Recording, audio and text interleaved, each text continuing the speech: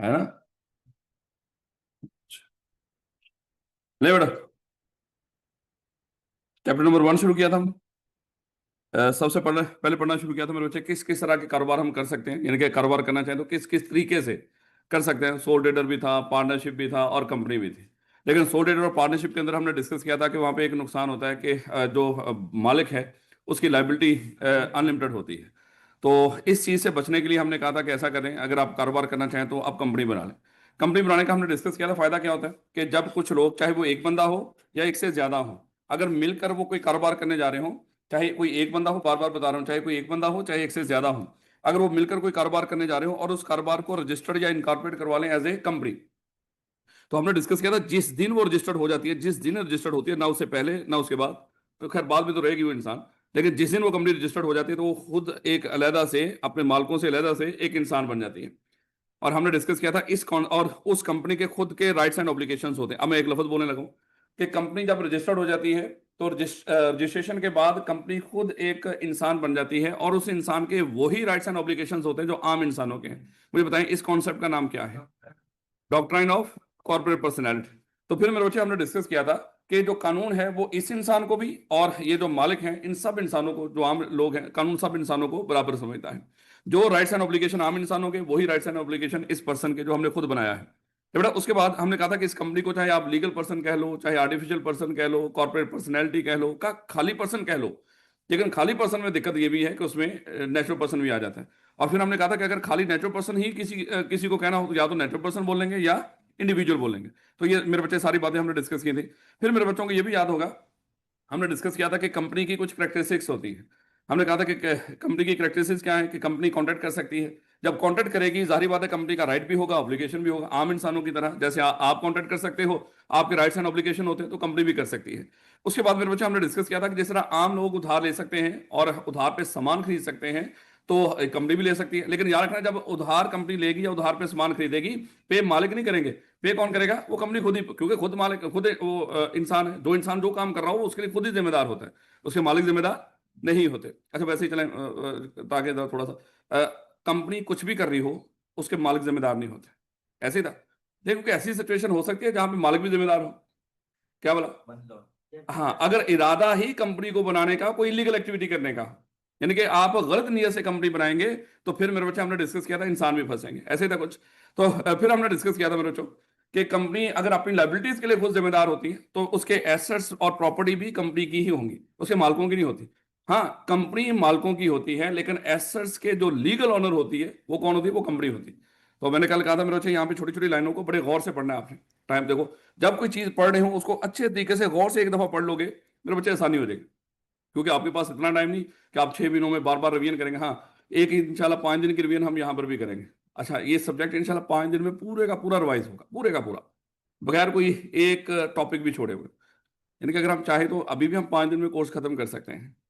बस 3 घंटे मुझे दे दें पर डे और 5 दिन दे दें, पूरा कोर्स आपका खत्म हो जाएगा बगैर कोई एक भी कॉन्सेप्ट छोड़े हुए। आप ऐसा कर ले, रिवीजन पड़ी होंगी यूट्यूब के ऊपर, आप देख लीजिएगा। इसी तरह हम करेंगे।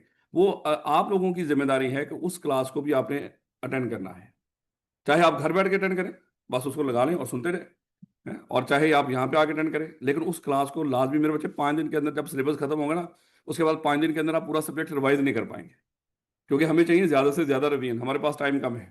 तो मेरे चाहिए इंशाल्लाह उसमें पूरी रिवीजन होगी, सारी बातें इंशाल्लाह दोबारा से रिकॉल हो जाएंगी। लेकिन सारी बातें उसमें एग्जाम्पल वगैरह इतनी ज्यादा नहीं दी जाती, लेकिन हर कॉन्सेप्ट को क्लियर कर दिया जाता है कि इसमें क्या था।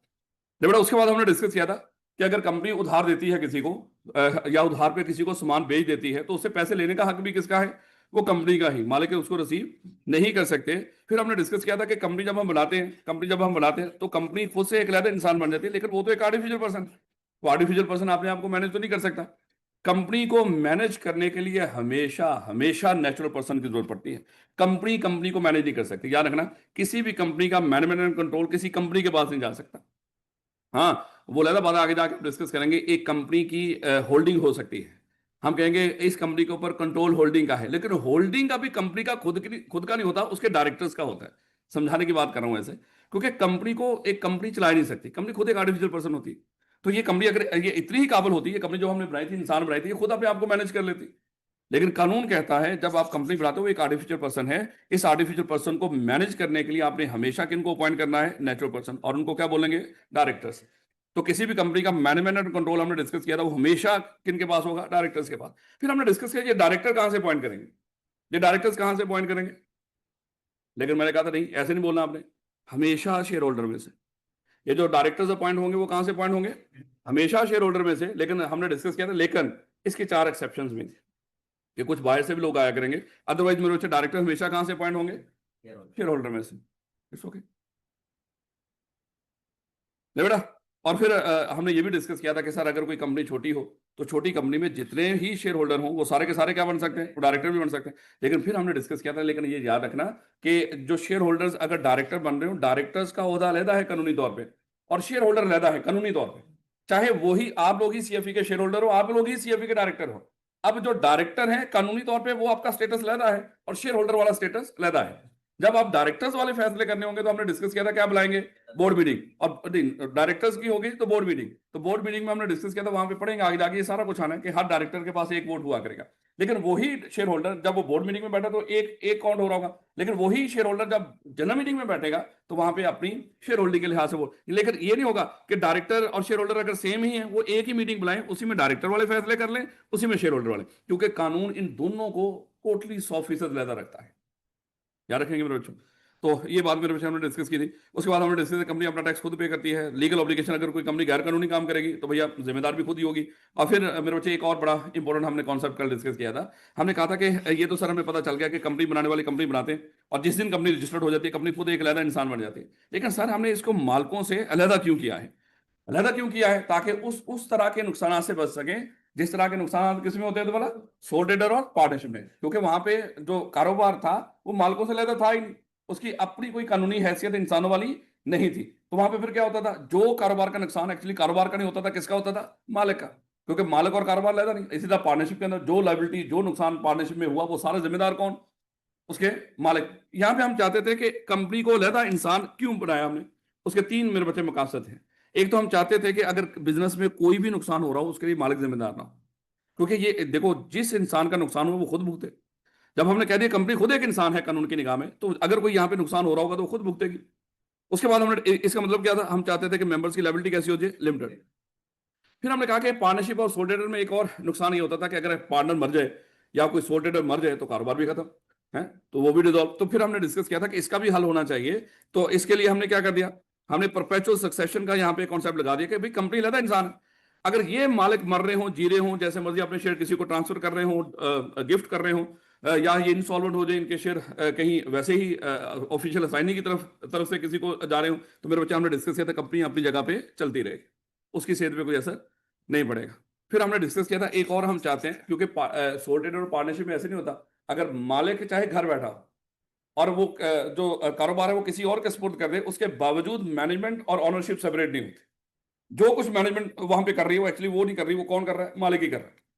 इसी तरह पार्टनरशिप के अंदर हमने डिस्कस किया था चाहे खुद मैनेज कर लो चाहे आप बाकी लोगों को रख लो, लेकिन जो पार्टनर घर बैठे हुए हैं और पार्टनरशिप जो चल रही होगी, पार्टनरशिप की जितनी मैनेजमेंट हो रही होगी वो सारे जिम्मेदार कौन हो रहे होंगे, मालिक। क्योंकि मैनेजमेंट और वहां पे ऑनरशिप में कोई फर्क नहीं है, कानून फर्क ही नहीं करता। अगर मैनेजमेंट कुछ गलत करेगी, मैनेजमेंट ने गलत किया बल्कि किसने किया है, मालिकों ने। बात समझ आ रही है कि नहीं। लेकिन यहां पे उन्होंने कह दिया कि यहां पे क्या होगा, जो ऑनरशिप होगी और जो मैनेजमेंट एंड कंट्रोल होगा ये दोनों सेपरेट है, मालिक अलहदा है और मैनेजमेंट कंट्रोल अलहदा है। इसका अंदर देखो ना, उन्होंने कंपनी और मालिकों को अलहदा नहीं किया, वो कॉन्सेप्ट देखो उन्होंने क्या किया, उन्होंने कहा कि जो ऑनरशिप है वो अलहदा है और मैनेजमेंट एंड कंट्रोल ये एक अलहदा चीज है।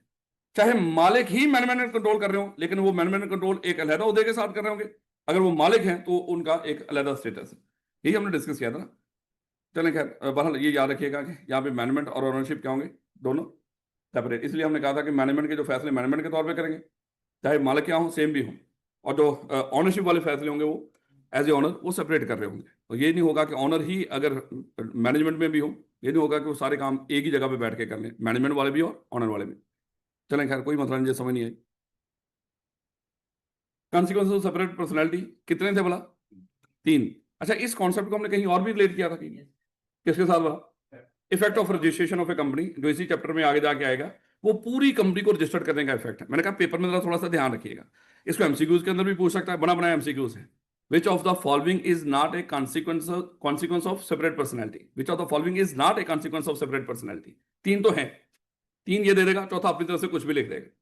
तो ध्यान रखिएगा, या 2-3 नंबर का वैसे भी पूछ सकता है, बताओ। लेकिन वहां पे फर्क ये सबसे ज्यादा वो टेस्ट हुआ, वो effect of registration of a company या consequences of registration of a company. तो ये तभी आप यहां से आंसर करोगे जब आपको ये लफ्ज नजर आएंगे, सेपरेट पर्सनैलिटी वाला, कंसिक्वेंसेज ऑफ सेपरेट पर्सनैलिटी बताओ, तो फिर ये आप यहां से आंसर करेंगे। अदरवाइज मेरे बच्चे वहां से वो क्वेश्चन पूछ रहा होगा, याद रखोगे। उसके बाद यहां से आज हमने पढ़ना शुरू करना था कि ये क्या कॉन्सेप्ट होता है। वैसे आगे जाके चैप्टर नंबर जो हमारा 5 है वो सारा इसी के बारे में है, शेयर कैपिटल वगैरह के बारे में ही है मेरे बच्चे। लेकिन वहां पे यही बातें जाके दोबारा रिपीट होंगे, लेकिन उससे पहले हम एक दफ़ा यहाँ भी पढ़ लेते हैं ताकि रिपीट हो तो जरा कॉन्सेप्ट और थोड़ा सा पक्का हो जाए, क्योंकि वैसे तो माशाल्लाह आप लोगों को थोड़ा बहुत पता ही है, I2 भी पढ़ के आए उसमें। ले बेटा, share capital and members. Assume कर लो, मेरे बच्चे ये एक जमीन का टुकड़ा है, ये एक जमीन का टुकड़ा है, मान लो कि ये कोई 25-30 एकड़ है।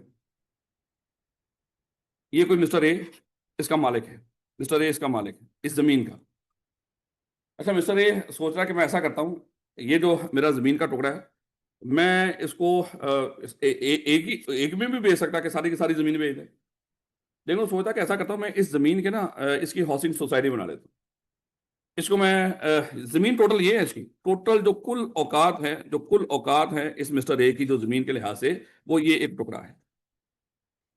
इसने कहा कि ऐसा करता हूँ कि चलो मैं भी अपना घर तो बनाऊंगा बीच में, लेकिन मैं इसकी सोसाइटी बना लेता हूँ और भी लोग मुझसे ये खरीदें और उसमें रहे। इसने क्या किया, इस जमीन के टुकड़े कर लिए, इस जमीन के टुकड़े कर लिए। उसने कोई 5 प्लॉट, 5 मरले का प्लॉट, कोई 10 मरले का प्लॉट, इस तरह करके क्या कर दिया, इसके टुकड़े कर दिए। देखो 5 मरले का प्लॉट भी हो सकता है, 10 मरले का भी, कनाल का भी हो सकता है। सेम इसी तरह का हम यहाँ पे भी आगे शेयर्स में भी कॉन्सेप्ट डिस्कस करेंगे। इसने एक्चुअली ये टोटल इसकी जमीन थी, उसने इसको टुकड़ों में डिवाइड कर दिया, ये टोटल इसकी वर्थ है। अब इसने लोगों के सामने रख दिया, लो भैया हर बंदे की जितनी, देखो अगर वो 25 एकड़ इकट्ठे बेचता ना तो शायद किसी बंदे की औकात नहीं थी उसको खरीदे जल्दी करके, उसको कोई कस्टमर, कोई ग्राहक मिलना ही नहीं था, कोई इतना बड़ा टुकड़ा कौन खरीदे इतना। तो अब उसने क्या कर दिया, उसको टुकड़ों में डिवाइड कर दिया। अब वो बहुत सारे लोगों से चाहे थोड़े थोड़े पैसा लेकर वो बहुत सारे लोगों को इसको बेच सकता है। इसने क्या किया, अज्यूम कर लो कि इसने अज्यूम कर लो 10,000 टुकड़े कर दिए थे, 10,000 टुकड़े। कोई इन टुकड़ों में से कुछ 5 मल्ला के थे मेरे बच्चे, कुछ 10 मल्ला के थे, जो भी था, इसने 10,000 टुकड़े बना दिए इसके। और इसने तय कर दिया कि एक टुकड़े की जो कीमत है, 10,000 टुकड़ों में से एक टुकड़े की जो कीमत है वो है 1 करोड़। मान लो 1 करोड़ रुपए, चलो हम आसानी कर लेते हैं इसको। एक टुकड़े की जो कीमत है वो है 1,000 रुपये, ऐसे समझने के लिए सर। इसे इसको डिवाइड करके रख दिया अपनी पूरी जमीन को। अब मेरे बच्चे इसने लोगों के सामने अनाउंस कर दिया, आओ भैया हर बंदा अपनी औकात के लिहाज से टुकड़े खरीदो। कोई मिस्टर एक्स आया, मिस्टर एक्स ने कहा कि सर ऐसा करें, मुझे 3 टुकड़े देना। तो उसने 3 टुकड़े उसने खरीद लिए। जब वो 3 टुकड़े खरीदेगा तो मेरे बच्चे वो कितना पे करेगा इसको, मिस्टर ए को? वो 3,000 पे कर दिया उसने, ऐसे ही ना मेरे बच्चे। कोई मिस्टर वाई आया, उसने कहा कि सर मुझे 100 टुकड़े दे दें। उसने कहा कि ठीक है आप 100 टुकड़े ले लो, तो 1,000 पे का, तो इसने कितना पे किया होगा, 1 लाख रुपया। बात समझ आ रही है कि नहीं? तो कोई मिस्टर जी आया, उसने अपनी औकात के लिहाज से टुकड़े करते करते करते बहुत सारे लोगों ने ये टुकड़े खरीद लिए। बात समझ आ रही है मेरे बच्चों? ये अब मुझे एक चीज बताओ, ये जो पूरी हाउसिंग सोसाइटी है इसका मालिक मिस्टर ए अकेला है, या अब इसके साथ और भी बड़े सारे मालिक हैं? और भी बड़े सारे मालिक। अब ये नहीं कह सकता कि इस सारी हाउसिंग सोसाइटी का मैं अकेला मालिक हूं, क्योंकि अब और लोगों ने भी। लेकिन अगर वो अकेला ही यहाँ पे अपना सेंटर में कोई घर बनाता और इर्द गिर्द सारा कुछ उसकी चारदीवारी करके माशाल्लाह अपना फार्म हाउस बना के बैठा हो, फिर अकेला मालिक था है। लेकिन उसने क्या कर लिया, इसको टुकड़ों में डिवाइड किया और भी बहुत सारे लोगों को इसको बेच दिया। अब जिन जिन लोगों ने मेरे बच्चे यहाँ पे जमीन का टुकड़ा खरीदा है वो भी इसके साथ क्या है, मालिक है। और हम ये कह सकते हैं कि ये जो लोग हैं इनका भी अब इस सोसाइटी में हिस्सा है, ऐसे ना मेरे बच्चे, इनका भी सोसाइटी में हिस्सा है। इसके कितने हिस्से हैं, 3। इसके कितने हिस्से हैं, इसके 100 हिस्से हैं। किसी के 1,000 हिस्से होंगे, किसी के 4 हिस्से होंगे। बात समझ आ रही है कि नहीं? बिल्कुल सेम मेरे बच्चे, सेम कॉन्सेप्ट होता है कंपनी का और उसके शेयर्स का। अज्यूम कर लो मेरे बच्चे, ये मिस्टर ए सोच रहा है कि मैं कोई कारोबार शुरू कर, इसके दिमाग में कोई अच्छा आइडिया है कोई कारोबार करने का। लेकिन इसने सोचा कि भाई उस कारोबार के लिए मुझे 1 लाख रुपया चाहिए, 1 लाख रुपया चाहिए। हम खुद थोड़ी सी अमाउंट रख लेते हैं ताकि समझ आ जाए। इसको लग रहा है कि उस कारोबार, ये कोई कारोबार करना है, ये पूरे का पूरा वो कारोबार है जो करने जा रहा है, और उसको इस कारोबार के लिए कितना पैसा चाहिए, 1 लाख रुपया। अब उसने कहा कि मैं अकेला घर से ही सारा कुछ बेच बचा के लगा दूं तो डूब गया तो मैं तो गया है। चाहे वो देखो जितना पैसा लगा देते वो तो डूब सकता है ना, चाहे आपका घर बार वैसे नहीं जाता, अनलिमिटेड लाइबिलिटी नहीं है, लेकिन अगर आप कंपनी बना के कोई कारोबार करने जा रहे हो, जितना पैसा लगाओगे वो तो डूबेगा। वो कहता है मैं लाख रुपया घर से भी लगा सकता हूँ, लेकिन वो सारा डूब गया तो मैं तो रुल जाऊंगा। मैं ऐसा करता हूं, ये है तो मेरा एक कारोबार जो मेरे दिमाग में है, जो शुरू करने जा रहा हूं, लेकिन मैं क्या करता हूं, इस कारोबार के उसी तरह छोटे छोटे टुकड़े बना देता हूं, जिस तरह एक आम हाउस सोसाइटी का बना दिए जाते हैं। इसने क्या किया, इस कारोबार के 10,000 इसने भी टुकड़े बना दिए बच्चे, और इसने एक टुकड़े की कीमत रख दी 10 रुपए। इसने कहा कि एक टुकड़े की कीमत कितनी है, 10 रुपए। अब मुझे एक चीज बताएं, अगर 10,000 टुकड़े 10 रुपए के लिहाज से सेल हो जाए तो इसको कितना पैसा इकट्ठा होगा, 1,00,000 रुपया। उसका जो वो चाहता है, जितना पैसा उसको चाहिए उसको मिल जाएगा। बात समझ आ रही है मेरे बच्चों? इसने क्या किया, इस पूरे कारोबार को टुकड़े में, एज्यूम कर लो ये सीएफई है, आपने क्या कर दिया, इस सीएफई के 10,000 टुकड़े कर दिए, और एक टुकड़े की कीमत कितनी रखी है, 10 रुपए। अब आपने लोगों को कह दिया कि आओ भैया, हर बंदा अपनी बसात के लिहाज से यहां से मुझसे टुकड़े खरीद ले। अगर चाहो तो अकेले भी चला सकते हो सारे के सारे। अच्छा, 10,000 टुकड़े की अकेले ही खरीद ले, अकेला ही मालिक है। लेकिन उसने कहा कि मैं अकेला क्यों फंसूं, या इतना रिस्क ज्यादा लोग क्यों लूं, मैं लोगों को बताता हूँ आइडिया है, जिसकी समझ में आ रहा होगा वो क्या करेगा, 10,000 टुकड़ों में से जितनी जिसकी औकात होगी उतने वो टुकड़े वो भी खरीद लेगा। अब मेरे बच्चे एज्यूम कर लो कि मिस्टर ए है, उसने कहा कि सर 100 टुकड़े मुझे दे दें, तो 100 रुपए, 100 टुकड़े उसको दिए 10 रुपए के लिहाज से, मेरे बच्चे कितना पे करेगा वो हमें, 1,000 रुपया। इसी तरह कोई और आया, करते करते करते मेरे बच्चे ये 10,000 टुकड़े हमारे सेल हो गए, तो हमें कितना पैसा इकट्ठा हो गया, 1,00,000 रुपया। अब जिसने जितने टुकड़े खरीदे होंगे उसका उतना इस कारोबार के अंदर हिस्सा होगा। इसने अगर 100 टुकड़े खरीदे, 10,000, ये टोटल 10,000 टुकड़े हैं सारे के सारे। अगर इसने 100 टुकड़े खरीदे तो 100 टुकड़ों का ये मालिक है। किसी ने 1,000 टुकड़े खरीदे होंगे तो 1,000 टुकड़ों का वो मालिक है। और एक टुकड़े को मेरे बच्चे अगर देखेंगे, जितने हमने हिस्से किए वैसे ये ओवरऑल हिस्सा, इसको हिस्सा भी कहते हैं, लेकिन इसका एक हिस्सा, उसके लिए लफ्ज बोला जाता है शेयर। तो यहाँ पे जो बंदा जितने हिस्से खरीदेगा, सादा अल्फाज में जितने शेयर्स खरीदेगा, उतना को वो क्या बन जाएगा, मालिक बन जाएगा। तो जब भी आप किसी कंपनी के, मान लो कि आप जाते हो स्टॉक एक्सचेंज के ऊपर या कहीं पर, अगर कोई कंपनी नए शेयर इशू कर रही हो, तो आप उसके मान लो कि 10-10 रुपए के 100 शेयर्स खरीदें, आप उस कंपनी को 1,000 देंगे। हो सकता है उसके लाख शेयर हों, करोड़ शेयर हों, अरब शेयर हों, लेकिन अगर आपने भी उसमें से 100 शेयर्स खरीदे हुए तो उतने जितने भी उसके, चाहे वो अरबों शेयर्स हैं, लेकिन कम से कम उस अरबों शेयर्स का मतलब क्या है, उस कंपनी की टोटल जो वर्थ है वो मान लो 1 अरब शेयर है, लेकिन उसमें से कम 100 के शेयर्स के आप भी हिस्सेदार हैं। अगरचे उसमें अरब शेयर हैं, लेकिन उसमें 100 शेयर्स के आप भी हिस्सेदार हैं। बात समझ आ रही है कि नहीं? तो मेरे बच्चे इस तरह हम क्या करते हैं, कंपनी में जो शेयर्स का कॉन्सेप्ट इस तरह आता है कि पूरी कंपनी को क्या कर लो, टुकड़ों में डिवाइड कर लो और लोगों के सामने रख दो भाई, हर बंदा, क्योंकि एकदम से इतना ज्यादा पैसा लगाना पॉसिबल नहीं होता किसी बंदे के लिए। फिर यहाँ पे क्या होगा, जब 10 रुपए का आपने टुकड़ा रखा होगा, कोई भी इंसान, कोई माड़ा बंदा भी 100 रुपए लगा देगा, है कोई कोई 1,000 लगा देगा, जिसके घर में जितनी सेविंग पड़ी होगी उठा के वो इसमें लगा देगा। बात समझ आ रही है कि नहीं? तो ये एक अच्छा तरीकाकार होता है लोगों से पैसा इकट्ठा करने का, और लोग पैसा लगाते हैं। फिर और फिर जब कल प्रॉफिट आएगा, जैसे अज्यूम कर लो सर, जब कल प्रॉफिट आएगा तो फिर क्या करेंगे भैया, हम क्या करेंगे, अज्यूम कर लो हम कहते हैं कि 10% डिविडेंड देने जा रही है कंपनी, इस तरह अनाउंस होगा, जो प्रॉफिट आएगा ना उसमें से हम क्या करेंगे, हम कहते हैं कि हम 10% डिविडेंड देने जा रहे हैं। अब अज्यूम कर लो, मुझे ये एक बताओ, मिस्टर ए ने कितना पैसा लगाया हुआ, 1,000, तो अगर हम 10% डिविडेंड दे रहे हैं तो मिस्टर ए को कितना मिलेगा, यानी कि जितना पैसा किसी ने लगाया उसका 10% हम डिविडेंड इस साल में देने जा रहे हैं। तो इस तरह करके अनाउंस होता है, यानी कि जिसने 1,000 लगाया होगा उसको कितना मिल रहा होगा, 100 रुपया है, जिसने 500 लगाया उसको 50 मिलेंगे, जिसने 100 लगाया उसको 100 रुपया, 10 रुपये मिलेंगे, है जिसने लगाई 10 है उसको 1 रुपया मिलेगा, है? बात समझ आ रही है कि नहीं? तो इस तरह करके हम क्या करेंगे, 10% डिविडेंड अनाउंस कर दिया इस साल में। तो हर बंदे को पता चल जाएगा, अच्छा 10% डिविडेंड का मतलब क्या है, जितना उसने उस कंपनी में लगाया हुआ तो उसका 10% उसको मिलेगा। बात समझ आ रही है थोड़ी बहुत? तो इस तरह करके जो पैसा डिस्ट्रीब्यूट करने में, प्रॉफिट डिस्ट्रीब्यूट करने में कोई दिक्कत नहीं होती। पता नहीं बात, चलें खैर कोई मसला नहीं, आगे समय ठीक नहीं तो फिर दोबारा जाकर डिस्कस करेंगे। ले बेटा, अज्यूम कर लो ये कुछ लोग हैं, ये कंपनी बनाना चाह रहे हैं, इनको लग रहा है कि जो कारोबार हम करने जा रहे हैं ना कंपनी बनाकर, जो आइडिया है हमारे दिमाग में, उस कारोबार के ऊपर जो पैसा लगेगा टोटल वो कितना है, 1,00,000 रुपए। लेकिन वही बात, चाहे ये एक बंदा है, चाहे 100 बंदे हैं, चाहे हजारों बंदे हैं, इनको लग रहा है कि वो पैसा कोई एक बंदा नहीं लगाएगा, मिलकर लगाएंगे या पब्लिक से भी पैसा इकट्ठा करेंगे। तो इन्होंने क्या कर दिया, उसी उसी कारोबार के उसी तरह मेरे बच्चे टुकड़े कर दिए। मान लो कि एक टुकड़ा उसी तरह मेरे बच्चे, एक टुकड़ा 10 रुपए का, तो लाख रुपए के टुकड़े करें उस, मान लो कि ये अच्छा दोबारा तो सुनिएगा, जब हम कंपनी बनाने जा रहे होते हैं ना, कानून कहता है आपको, कंपनी बनाने वालों को कहता है कि जो कारोबार आप करने जा रहे हो ना, ये लाजमी है, ये हमारी स्वावलंबी नहीं कि हम ये करें या ना करें। कानून कहता है कि जब आप कंपनी बनाने जा रहे हो तो आपने शुरू में बैठ के सोचना है इस कंपनी को पूरी जिंदगी में कितना पैसा चाहिए होगा।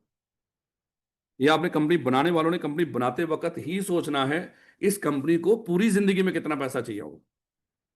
अज्यूम कर लो इस ये जो हम कारोबार करने जा रहे हैं, हमें लग रहा है कि ये जिस तरह का कारोबार है ना, ये कारोबार जब तक मर्जी चले, तो शायद इस कारोबार को चलाने के लिए हमें पूरी जिंदगी में 1 लाख रुपया चाहिए होगा। तो हम शुरू के अंदर जो मालिक हैं, जो कंपनी बनाने जा रहे थे, इनके देखेंगे इन लोगों को क्या कहते हैं, वो सारा जाके चैप्टर नंबर 5 में डिटेल में डिस्कस करेंगे। उससे पहले भी आ जाएगा, चैप्टर 2 में भी इनकी अच्छी खासी डिटेल आ जाएगी। ये कंपनी बनाने वालों ने सोचा कि ये जो कारोबार हम करने जा रहे हैं, इस कारोबार को पूरी जिंदगी में कितना पैसा चाहिए होगा, 1 लाख रुपए। तो इन्होंने क्या किया, ये इसका मतलब क्या हुआ, इनका जो कारोबार होगा उसकी जो टोटल वर्थ होगी वो कितनी होगी, 1 लाख रुपए की। लेकिन इन्होंने क्या कर लिया, उस कारोबार के उसी तरह मेरे टुकड़े कर लिए, हिस्से कर लिए, और 10-10 रुपए के इन्होंने कितने हिस्से बना के रख लिए, 10,000। अब ये मालिक ही शुरू में सोचते हैं, शुरू के अंदर तो मालिक है ना, अज्यूम कर लो, जब या वो डायरेक्टर्स हैं, फिलहाल इस बात को छोड़े कि कौन ये शेयर इशू करेगा वो बाद में देखेंगे। अब कंपनी चलाने वाले ये भी, बनाने वाले ये भी सोच रहे होते हैं, कंपनी हम बना तो लेंगे, लेकिन शुरू में सारा सेटअप लगाने के लिए हमें कितना पैसा चाहिए होगा। देखो, फैक्ट्री लगानी है, आप मशीनरी खरीदेंगे, आप लोगों को हायर करेंगे, कोई फ्रेंचाइज है तो उसका कोई लाइसेंस वगैरह लेंगे, 100 तरह के मामला होते हैं, खर्चे होते हैं। अच्छा, इनको लग रहा है कि इस कंपनी को पूरी जिंदगी में तो 1 लाख रुपया चाहिए होगा, लेकिन शुरू में हमें सिर्फ 25,000 चाहिए, और आपने टोटल कंपनी के जो टुकड़े किए हुए कितने किए हुए, 10,000, और एक टुकड़े की कीमत कितनी, 10 रुपए। और ये याद रखना, ये जो शेयर्स बनाए जाते हैं ना, ये इसी तरह बनाए जाते हैं। कंपनी बनाने वाले शुरू में सोचते हैं इस कंपनी को पूरी जिंदगी में कितना पैसा चाहिए होगा, उसका नाम होता है ऑथराइज्ड कैपिटल। उसका नाम क्या होता है, ऑथराइज्ड कैपिटल। जो शुरू में ये सोचते हैं, ये लाजमी है, ये कानून कहता है इनको सोचो। तो जब ये ऑथराइज कैपिटल डिसाइड कर लेते हैं, ये तो वो पैसा है जो पूरी जिंदगी में चाहिए। उसके बाद ये सोचते हैं इस कंपनी को शुरू में स्टार्टअप के लिए कितना पैसा चाहिए। अज्यूम करो इन्होंने सोचा कि इनको शुरू में 25,000 चाहिए। अब मुझे ये बताओ, ये कंपनी सारी ही हिस्से बेच दिए हैं, या अभी इसमें से कुछ हिस्से बेच दिए हैं। हम, हाँ, 2500 हिस्से भी बेच दें मेरे मेरे बच्चे, तो हमारे पास कितना पैसा इकट्ठा हो जाएगा, 25,000। इसका मतलब क्या हुआ, 10,000 हमारे पास टोटल शेयर से हिस्से थे इस कंपनी के, हमने शुरू के अंदर कितने बेच दिए, 2500। तो हमारे पास कितना पैसा इकट्ठा हो गया, 25,000। इससे हम क्या करेंगे, फैक्ट्री शैक्ट्री लगा लेंगे और काम करना शुरू कर देंगे। उसके बाद मान लो कुछ अरसे के बाद हमें मजीद पैसों की जरूरत पड़ गई, तो हमारे पास अभी भी 7500 शेयर पड़े हुए हैं मेरे बच्चे, अभी भी 7500 शेयर पड़े, उसमें से फिर इशू करते करते करते करते मेरे बच्चे मैक्सिमम कितने शेयर लोगों को बेच सकते हैं, 10,000। तो मामला यहाँ पे स्टॉप। अब हमारे पास कोई शेयर बेचने को नहीं है। हो सकेगा, लेकिन वो जाके हम पढ़ेंगे चैप्टर 5 के अंदर। थोड़ी बहुत बात समझ आ रही है। अभी हमने क्या डिस्कस किया कि जब हम कोई कंपनी शुरू करने जा रहे हो, तो कंपनी बनाने वालों के ऊपर जिम्मेदारी होती है कि पहले सोचे इस कंपनी को पूरी जिंदगी में कितना पैसा चाहिए। वो जो पूरी जिंदगी में पैसा चाहिए, हम क्या करते हैं, उसके टुकड़े करके रख लेते हैं शुरू के अंदर। जैसे हमने सोचा कि इस कंपनी को पूरी जिंदगी में 1 लाख रुपया चाहिए, और इसका नाम होता है ऑथराइज कैपिटल। हमने क्या कर लिया, उसके 10-10 रुपए के 10,000 टुकड़े करके रख लिए। ये जो एक टुकड़ा है उसको हम हिस्सा कहते हैं, या उसको शेयर कहते हैं। तो हमें जब जब जितने पैसों की जरूरत पड़ती है, उतने के हम हिस्से बेचते हैं और पैसा इकट्ठा कर लेते हैं। अगर आपको याद हो, जब आपने I2 भी पढ़ा था, तो उसमें देखा था कि कंपनी कहाँ कहाँ से पैसा इकट्ठा कर सकती है। तो आपने देखा होगा कि वहां पे 3 ऑप्शन थे। 3 ऑप्शन है। एक तो कंपनी उधार ले सकती है, दूसरा शेयर इशू करके, और तीसरा रिटेन अर्निंग्स वाला था, अगर आपको याद हो, क्योंकि कमाएगी भी तो सही ना कुछ। तो फिर वहां पे आपने ये भी पढ़ा था, इनमें से सबसे बेहतरीन कौन सा पैसा है जो कंपनी यूज कर सकती है, रिटेन अर्निंग। और दूसरे नंबर पे उधार, उधार तीसरे नंबर पे शेयर्स। देखो, जब आप शेयर बेचते हो, लोगों को अपने साथ शरीक बनाते हो, हिस्सेदार बनाते हो। कल जब आप फैसले करेंगे, अकेले नहीं करेंगे, वो भी 7 फैसलों के अंदर बैठे होंगे। तो किसका दिल करता है कि 7 फैसलों के अंदर बैठे। स्वाय अगर आप शहबाज शरीफ ना हैं, उसका दिल करता है, वो कहता है कोई मसला नहीं, मेरे नाल वहाँ सारी फौज ला दो, सारे रल मिल के फैसले कराएंगे, बस वजीर आजम मैं ही चलना। मतलब इमरान खान कहता है कि नहीं, मैं अकेले फैसला करना चाह रहा हूँ। ये डिपेंड करता है हर एक बंदे कि कौन फैसले फैसले में किसी को साथ शरीक करना चाहता है, कौन नहीं करना चाहता। और माशाल्लाह जिनको साथ शरीक रखा, उन्होंने कहा कि चौरी तो तेरी तो औकात ही को नहीं, और कल ही लगे हैं जो थे। आज उनकी ट्रंप के साथ मुलाकात, मैं कहा कि शहबाज शरीफ तुम सैर करो।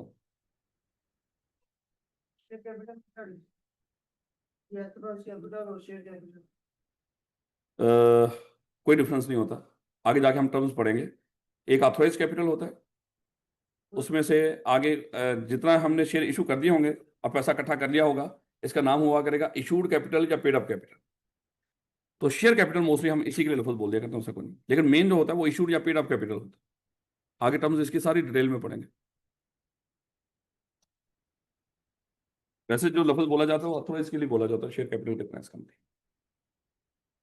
कहते हैं कैपिटल ऑफ ए कंपनी, वो जो कंपनी का पूरा पैसा जो इस कंपनी को पूरी जिंदगी में चाहिए, ये जो पूरे पैसे की बात हो रही है, the capital of the company is represented by shares. वो जो हमने 10,000 हिस्से किए हैं, यानी कि ये जो 1 लाख रुपए इस कंपनी को पूरी जिंदगी में चाहिए, ये रिप्रेजेंट किससे किया जाता है? हिस्सों से। यानी कि हमने इसके 10-10 रुपए के 10,000 हिस्से करके रख लिए। And the share holder members are its honour. और फिर जो बंदा ये शेयर्स खरीदता है वो क्या कहलाता है? उसका मेंबर या ऑनर। कहता है टर्म आगे फिर वो आपको वैसे ही समझाना चाह रहा है। ये जो मेंबर और शेयर होल्डर की जो टर्म है ना, ये इंटरचेंजेबली बोली जाती है। वहां पे आपने आईटीबी के अंदर भी ये पढ़ा हुआ, वहां पे आपने देखा होगा कि हर शेयर होल्डर मेंबर होता है, लेकिन हर मेंबर शेयर होल्डर नहीं होता। ये यहां भी पढ़ेंगे, जैसा कल हमें वो बीलो में पढ़ रहे थे ना, याद पढ़ेंगे कि हर कॉन्ट्रैक्ट एग्रीमेंट होता है लेकिन हर एग्रीमेंट कॉन्ट्रैक्ट नहीं होता। तो सेम यहां पर भी है। कहता है कि अक्सर लोग क्या करते हैं, कंपनी के जो शेयर होल्डर हैं उनको लफ्ज मेंबर भी बोल देते हैं, शेयर होल्डर भी बोल देते हैं, लेकिन इन दोनों में वैसे बोलते कोई फर्क नहीं, लेकिन इन दोनों में फर्क भी होता है। इंटरचेंजेबली बोलने का मतलब क्या है? जैसे हम एग्रीमेंट को कॉन्ट्रैक्ट भी बोल सकते हैं, कॉन्ट्रैक्ट को एग्रीमेंट भी बोल सकते हैं, लेकिन एग्रीमेंट को कॉन्ट्रैक्ट तभी बोलेंगे अगर उसमें इन्फोर्सेबिलिटी, अगर वो एग्रीमेंट में इन्फोर्सेबिलिटी ना हो तो उसको जस्ट एग्रीमेंट बोलो। सेम इसका मतलब क्या हुआ? शेयर होल्डर को मेंबर बोल दो, मेंबर को भी शेयर होल्डर बोल दो, कोई दिक्कत नहीं। लेकिन मेरे बच्चे फर्क है इन दोनों में। हर शेयर होल्डर मेंबर होता है लेकिन हर मेंबर शेयर होल्डर नहीं होता। इसी चैप्टर में मेरे बच्चे आगे जाके जहां पे आएगी इसकी बारी, फिर हम डिस्कस करेंगे आपसे। ये थोड़ा सा शेयर कैपिटल मेंबर की समझ आ रही है कि शेयर कैपिटल क्या होता है? वो पैसा जो हम सोचते हैं कि इस कंपनी को पूरी जिंदगी में चाहिए, लेकिन उस पैसे को सोच करके आप बस सोच ही रखते हैं या उसको टुकड़ों में डिवाइड करके रख लेते हैं? उसको टुकड़ों में डिवाइड करके रख लेते हैं, और टुकड़े को क्या कहते हैं? शेयर्स। तो शेयर, अब जो बंदा वो शेयर्स खरीदता है वो कंपनी का क्या कहलाता है? शेयर होल्डर या मेंबर। चाहे शेयर होल्डर बोल दो या मेंबर, इंटरचेंजेबली बोल सकते हो, लेकिन फर्क भी है। और ये मेंबर की डेफिनेशन आई कि आपकी बड़ी फेवरेट है, मेंबर को डिफाइन करो, देखेंगे इसको जब मेंबर की डेफिनेशन आएगी। अब अगली बात वो कह रहा है, कहता है शेयर्स कौन खरीद सकता है? अभी हमने क्या किया था बोला, उस कंपनी के 10-10 रुपए के, वो जो लाख रुपया था, वो जो लाख रुपया था, उस लाख रुपए के हमने क्या किया था? 10-10 रुपए के 10,000 टुकड़े बना के रख लिए थे। ऐसे ही तो मैंने शेयर्स बना के रख लिए थे। अब वो कहता है कि ये जो शेयर्स आपने इस कंपनी के बना के रखे, इसको कौन खरीद सकता है? कौन इसका मालिक बन सकता है? भाई कोई भी पर्सन। नाम क्या होगा बोला? कोई भी पर्सन। अब जब पर्सन की बारी आई, मुझे बताओ, क्या नेचुरल पर्सन पर्सन होते हैं? बिल्कुल। इसका मतलब किसी कंपनी के शेयर्स आम इंसान भी खरीद सकते हैं और कोई और कंपनी भी खरीद सकती है। बात समझ आ रही है कि नहीं? क्योंकि अगर कोई और कंपनी नहीं शेयर खरीदेगी, फिर होल्डिंग सब्सिडरी एसोसिएट वाला वो सारा वो कैसे बनेगा कॉन्सेप्ट? इसका मतलब क्या हुआ? एक कंपनी भी दूसरी कंपनी के शेयर्स खरीद सकती है, क्योंकि कंपनी खुद भी क्या होती है? इंसान होती है। इसका पूरा राइट है। जो आप इसके पास पैसा हो वो डिफरेंट कंपनीज के शेयर खरीद रहती है। बात समझ आ रही? जैसे एतिसलात ने मान लो कि पीटीसीएल के शेयर्स खरीद लिए, अब वो दोनों कंपनियां हैं, तो एक कंपनी ने दूसरी कंपनी के शेयर्स खरीद लिए, तो इसका मतलब क्या हुआ? एक कंपनी दूसरी कंपनी के थे नहीं, और भी बेतहाशा होती है मेरे बच्चे, ये तो आम सी बात है। जितनी होल्डिंग सब्सिडी वो सारी ऐसे बनी हुई है। कहते हैं एनी लीगल पर्सन जिसको कानून इंसान मानता हो, आप या घर वाले इंसान माने ना माने, लेकिन किसको? जिसको कानून इंसान मानता हो। मुझे बताओ, कानून आपको इंसान मानता है? बिल्कुल मानता है। लेकिन अगर पाकिस्तान से बाहर, फिलहाल तो पाकिस्तान के कानून में तो आपको इंसानी राइट्स थोड़े से कम ही है। आपको पता है पाकिस्तान में ह्यूमन राइट्स सस्पेंडेड है, लोगों को ह्यूमन राइट्स, हाँ, ये गैर एलानिया तौर पे। जब डिक्टेटर आता है ना, इमरजेंसी नाफज करता है, फिर वो ऐलान करके खत्म करता है। यहाँ पे कहा जाता है ना, पाकिस्तान में जो ये गैर एलानिया डिक्टेटरशिप है, आपके हकूक नहीं, लेकिन लिखे हुए हैं किताबों में। किसी बंदे को पकड़ के गायब कर देते हैं, उसका हक है कि भाई अगर हुआ तो 24 घंटे के अंदर उसको अदालत में पेश करो। लेकिन फिलहाल पाकिस्तान में इस तरह का कोई कानून नहीं है, लेकिन मानते को नहीं उसको। खैर वापस हम, any legal person can own shares in A company, यानी कि ये जो शेयर्स है कोई भी लीगल पर्सन खरीद सकता है। This include other companies. हालांकि उसको कहने की जरूरत नहीं थी भैया, उसको अभी तक समझ नहीं आ रही, उसको वो पक्का आप पे डाउट कर रहा है। इन बच्चों को समझ नहीं आ रही कि जब मैं पर्सन बोल रहा हूं इसमें कंपनी भी कवर हो जाती है, वो क्यों बार बार बोल देता है आगे जाके? है कहता कि दिस इंक्लूड अदर कंपनी, हालांकि हमें तो पहले पता, पर्सन से ही पता चल जाना चाहिए है, लेकिन वो समझ रहा है वो सारा आप लोगों को क्या। It is very common in practice for some companies to own some or all of the shares of other company. कहता है ये बड़ी, ये प्रैक्टिकली बड़ा इस तरह के मामला होते हैं। एक कंपनी दूसरी कंपनी के सारे शेयर्स खरीद के बैठी होती है समटाइम, या उसके मेजोरिटी शेयर्स खरीद के बैठी होती है। अगर एक कंपनी, अज्यूम कर लो एक कंपनी एक्स लिमिटेड है, उस एक्स लिमिटेड कंपनी ने वाई लिमिटेड के सारे शेयर्स खरीद लिए हैं 100%। इसके लाख शेयर 10,000 शेयर्स है, तो 10 के 10 इसने खरीद के बैठे हुए, तो आगे जाके पढ़ेंगे इसके लिए कि ये कंपनी इसकी होली, ये कह रहे हैं ये कंपनी उसकी होली ऑन सब्सिडरी होती है। बात समझ आ रही? या बात का क्या होते हैं, 10,000 में से 5,000 शेयर्स उसके हैं, तो इस तरह का मामला भी होगा। अभी होल्डिंग सब्सिडरी नहीं होंगी, लेकिन शेयर्स खरीदे होंगे। अगर 5,000 एक शेयर्स खरीद लिए, फिर होल्डिंग सब्सिडरी, देखेंगे इसको। बात समझ आ रही है थोड़ी बहुत? तो एक कंपनी दूसरी कंपनी के सारे शेयर्स भी खरीद सकती है, कुछ भी खरीद सकती है। अब ट्रांसफर ऑफ ओनरशिप, ये तो मेरे बच्चे मैंने पहले भी आपको बताया था। मान लो ये मिस्टर ए और मिस्टर बी, इन्होंने इस कंपनी के, मिस्टर ए ने 1000 शेयर्स खरीदे हुए और मिस्टर बी ने 500 शेयर्स खरीदे हुए। क्या ये मिस्टर ए और बी जो इस कंपनी के शेयर्स खरीद के बैठे हुए, क्या ये शेयर्स को आगे किसी और को ट्रांसफर कर सकते हैं? बिल्कुल कर सकते हैं। कैसे डिस्कस किया था हमने, कैसे कैसे कर सकते हैं? अगर मर गए फिर लीगल रिप्रेजेंटेटिव को ट्रांसफर हो जाएंगे, ऐसे ही था। अगर इंसॉल्वेंट हो गए, इनके क्रेडिटर्स को ट्रांसफर हो जाएंगे, ऐसे ही था। अगर अगर अगर गिफ्ट कर दे तो क्या लफ्ज कल हमने बोला था? डोनी। क्योंकि आप बिलो भी पढ़ रहे हो ना, इसलिए मैंने पहले कभी लफ्ज इस तरह नॉर्मल क्लास में नहीं लफ्ज बोलता, क्योंकि आप बिलो सिलो दोनों पढ़ रहे हो। तो हमारे बिलो में ये कॉन्सेप्ट आना है डोनर और डोनी का। तो इसलिए मैंने कहा कि वहां पे आपके लिए अचानक लफ्ज ना हो, तो डोनी जिसको गिफ्ट दिया गया है। और उसके बाद कोई और तरीकाकार भी था, सेल कर दें तो जो बायर है वो मालिक बन जाएगा, तो ट्रांसफर ऑफ ओनरशिप हो सकती है। अच्छा एक और बात मैं यहीं पे कर दूं।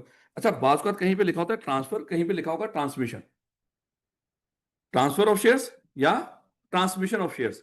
अच्छा ट्रांसफर ऑफ शेयर्स वो होती है जो एक बंदा जो शेयर्स का मालिक है अपनी मर्जी से शेयर्स को आगे ट्रांसफर करना, उसको कहते हैं ट्रांसफर। जैसे यहाँ पे मुझे बताओ कौन कौन सी चीजें अपनी मर्जी से हो रही हो? ये दो अपनी मर्जी से हो रही हो, सेल्स और गिफ्ट। लेकिन ये ऊपर के दो ये अपनी मर्जी से नहीं है।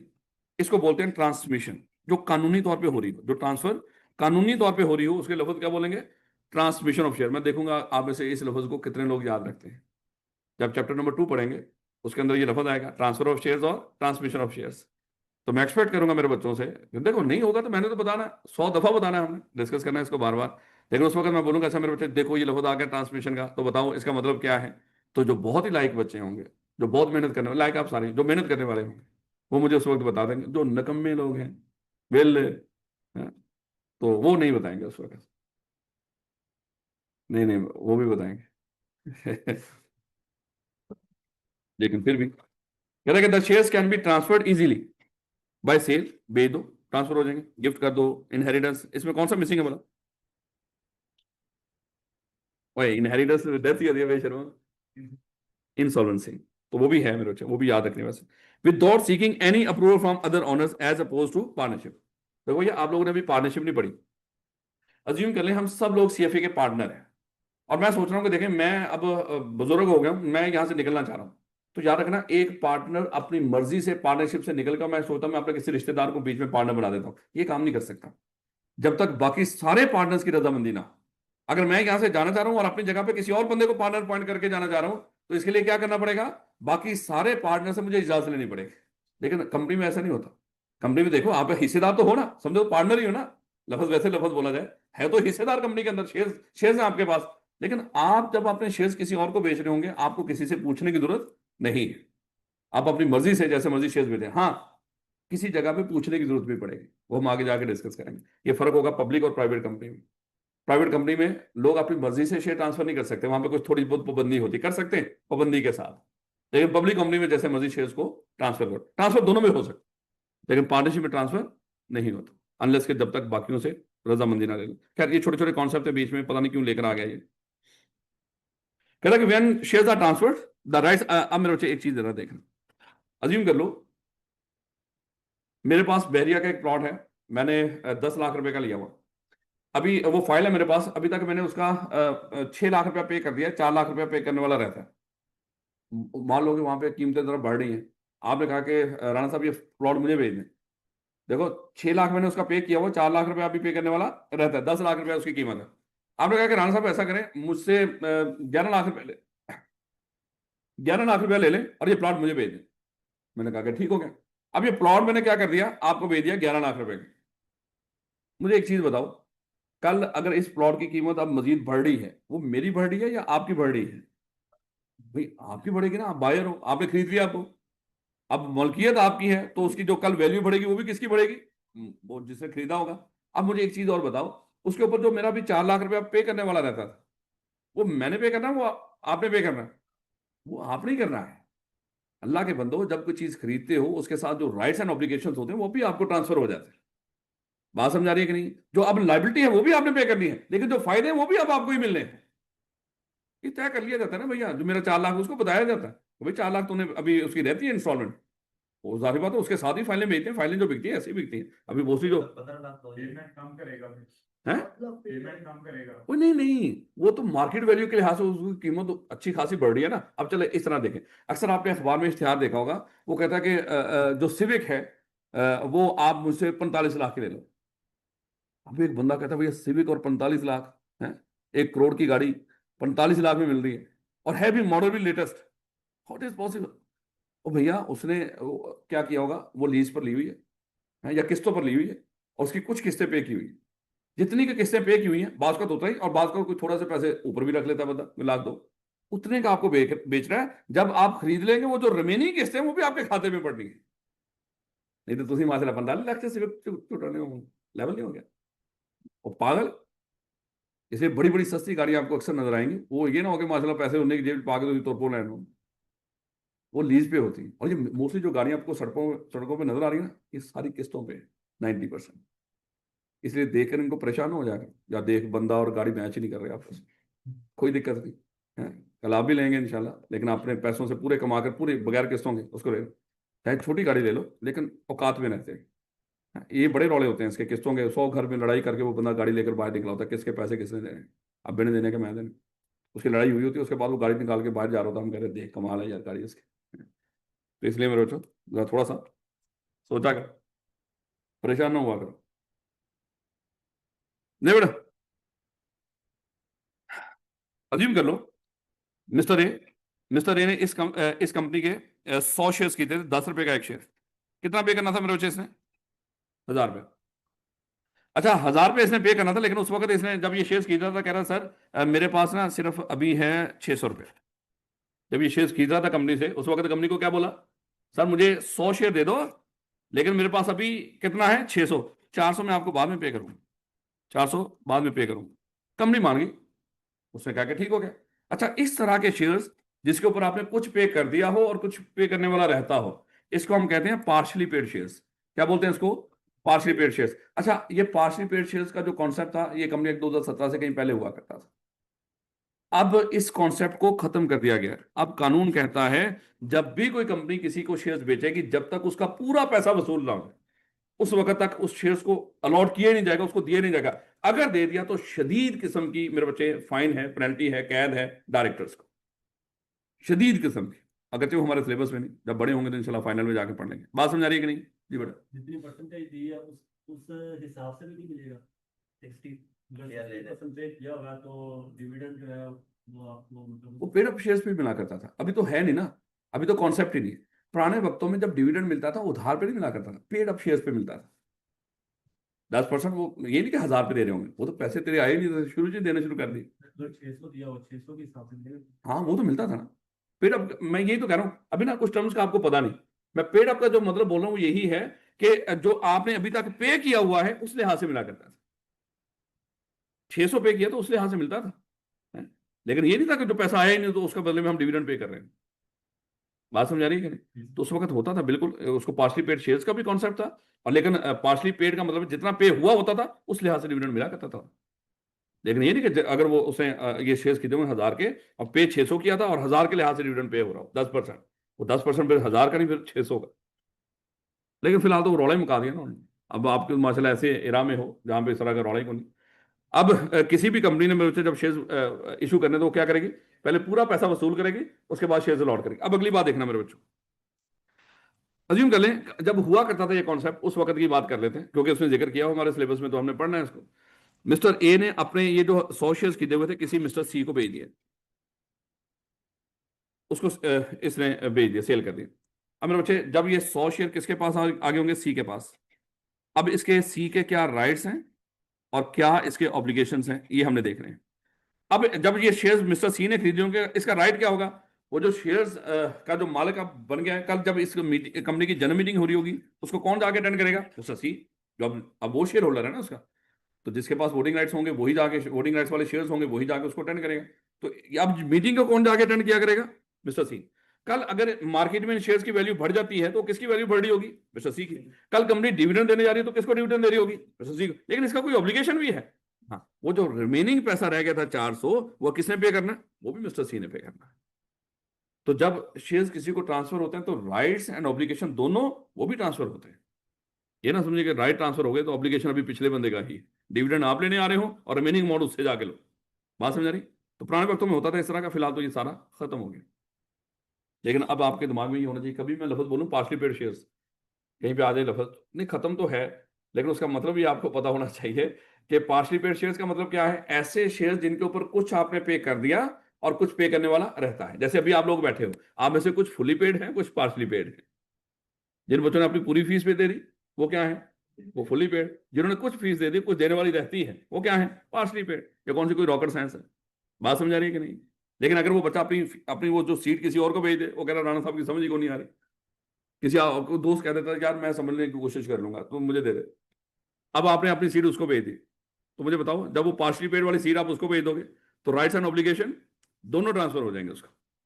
तो राइट क्या है? अब क्लास अटेंड करें आके, और ऑब्लिगेशन क्या है? वो रिमेनिंग फीस पे करेंगे। और ये कारोबार अब आम है, ये आम सी बात है। लोग पोर्टल शोटल भेजते हैं, स्पेशल पोस्टें लगा रहे थे, मेरे पास फलाने कॉलेज का पोर्टल, इतने में खरीद लो। बेशर्मी आ रही है। इनको ये नहीं पता चल रहा कि भैया आप किसी का कितना नुकसान कर रहे हो। इसको बंदा ना कहीं बुला ले, उसको कहीं अंधेरा करके ना इसको चपेड़े मार, ये जो बंदा इस तरह के लेक्चर बेच। देखो एक तो है तो यूट्यूब पर अपलोड कर दिए किसी ने तो देखते रहो भैया, कोई हलाल हराम का कोई चक्कर नहीं, अल्लाह माफ करे, जो चीज पड़ी हुई है वो नॉलेज के लिए है। नुकसान गुनाह उसको है जो अपलोड कर रहा है, जो बेच रहा है, जिम्मेदार वो है। देखो मैं एक कानूनदान हूँ, मान लो वकील हूँ, मुझे इतना पता है, देखो जो चीज पाकिस्तान में गैर कानूनी है वो मेरे बच्चे वो गुनाह वाला काम भी है। जो गैर कानूनी है ना उस पर कोई गुनाह शुनाह नहीं। वैसे मैं कह रहा हूँ माफ समझाने के लिए आपको, कानूनी तौर पे जो बंदा लेक्चर किसी के चोरी करके अपलोड कर रहा है वो गैर कानूनी काम कर रहा है, उसको गुनाह भी है। जो बंदे को क्या पता किसके किसी से चोरी करके अपलोड किए हैं या वैसे ही अपलोड किए हैं, उसको क्या पता?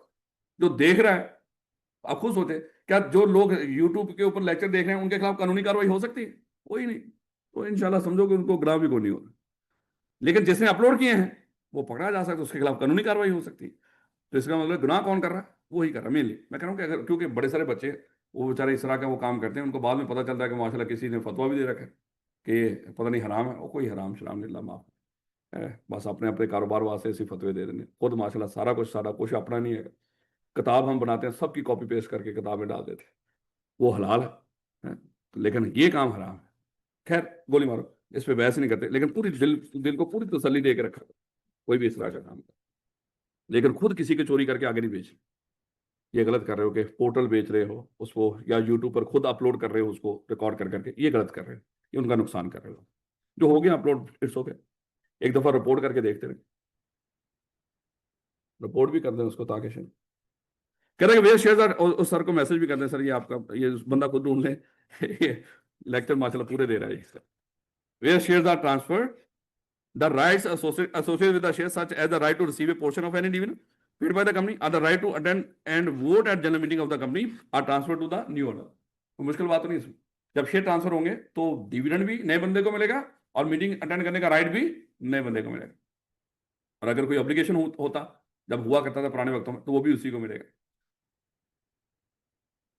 ले मेरे बच्चे, ये छोटी छोटी बातें उसने बीच में रखी हुई हैं, बस इनको खत्म हो गया, बस ये आखिरी। परपेचुअल सक्सेशन का तो आपको पता चल गया था। एक्चुअली ये एक्सप्लेन कर रहा हूँ उनको, जो अभी हमने डिस्कस किया था कॉन्सिक्वेंसेज ऑफ सेपरेट पर्सनैलिटी, उसमें जो टर्म शम्स यूज हुई है ना वो सारी आपको बताने की कोशिश कर रहे हैं। परपेचुअल सक्सेशन में क्या था भला? ये लोग जैसे मर्जी बदल रहे हो मालिक, कंपनी एक अलहदा इंसान है, कंपनी अपनी जगह पे चलती रहे, यही था ना मेरे बच्चे। तो कहता है the change in ownership or even the death bankruptcy of owner does not affect the existence of company. कम से कम उसने डेथ के साथ अब यहाँ पे आके उसने बैंकरप्सी भी ऐड कर दी है। कहते हैं इससे कंपनी, लेकिन उसे कहते हैं एज अपोज टू पार्टनरशिप, लेकिन पार्टनरशिप अगर कोई मर जाए, कोई बैंकरप्ट हो जाए, तो पार्टनरशिप क्या हो जाती है? डिसॉल्व हो जाती है। क्योंकि वहां पे हम पढ़ेंगे बैंकरप्ट होता है इंसॉल्वेंट, इंसॉल्वेंट बंदा इनकम्पिटेंट टू कॉन्ट्रैक्ट होता है और वो कॉन्ट्रैक्ट कर ही नहीं सकता, तो सारी मेरे बच्चे उसकी पार्टनरशिप से भी निकल जाता है। पढ़ेंगे इंशाल्लाह इसको जाके आगे। ले बेटा, ये आपकी छोटी छोटी जो बातें थी, छोटी छोटी बातें ये बिखरी हुई, ये आगे जाके डिटेल आएगी इनकी, कहीं पे होगी थोड़ी बहुत तो, लेकिन इसको पढ़ लीजिएगा, इनको समझ लीजिएगा जो बातें अभी आपने पढ़ी। जब बड़ा दोबारा से जिंदगी में वापस आते हैं किताब में, तो कॉन्सेप्ट, ये भी किताब थी वैसे, लेकिन ये बिखरे हुए कॉन्सेप्ट थे जिनके कोई लॉजिक नहीं था इस तरह का यहाँ पे बताना। Levda concept of limited liability कहता है कि लिमिटेड लायबिलिटी का कॉन्सेप्ट क्या है। देखो मेरे बच्चे, जब आप कंपनी बनाते हो, एक तो कंपनी बनाने वाले होते हैं, इनको क्या बोलते हैं मतलब शेयर होल्डर। अज्यूम कर लो ये क्या है, शेयर होल्डर। एक कंपनी खुद है, क्या कंपनी भी तो इंसान है ना, एक कंपनी खुद है वो भी एक इंसान है, और एक कंपनी को चलाने वाले बोर्ड ऑफ डायरेक्टर। अच्छा मेरे बच्चे, जब हम लायबिलिटी अब डिस्कस करने जा रहे हैं यहाँ पे कॉन्सेप्ट ऑफ लिमिटेड लायबिलिटी, हम इन तीन इंसानों के लिहाज से डिस्कस करने जा रहे हैं कि कंपनी के लिहाज से ये तीन इंसान बड़े अहम है। कंपनी बनाने वाले, कंपनी चलाने वाले और कंपनी खुद, वो भी एक इंसान है। अब वो कह रहा है कि ये जो कॉन्सेप्ट है लिमिटेड लायबिलिटी का, इन तीनों के लिहाज से डिस्कस करें इसको कि किसकी लिमिटेड लायबिलिटी है और किसकी नहीं है। अब हम ये डिस्कस करने जा रहे हैं कि ये कॉन्सेप्ट ऑफ लिमिटेड लायबिलिटी, इन तीन लोग हैं यहाँ पे कंपनी में बड़े अहम, कंपनी खुद, कंपनी बनाने वाले और चलाने वाले। ये जो कॉन्सेप्ट ऑफ लिमिटेड लायबिलिटी है, इनमें से किस पर अप्लाई होता है, ये हम डिस्कस करने जा रहे हैं। सबसे पहले मेरे बच्चे, शायद कल भी हमने डिस्कस किया था, ये तो हमें पता है कि ये जो मेंबर्स हैं इनकी लायबिलिटी कैसी होती है बोला, लिमिटेड। और लिमिटेड का मतलब क्या है, अगर यहाँ पे कोई मिस्टर ए है, यहाँ पे मिस्टर ए है, उसने इस कंपनी के 100 शेयर खरीदे हुए, और उस पर मेरे बच्चे उसने 10 रुपए का एक शेयर, तो कितना पे करना था, 1000, 1000 का 1000 उसने पे किया हुआ है। तो कल अगर ये कंपनी डूब भी जाए तो मेरे बच्चे इसका कुछ डूबेगा, हाँ वो 1000 रुपया डूबेगा।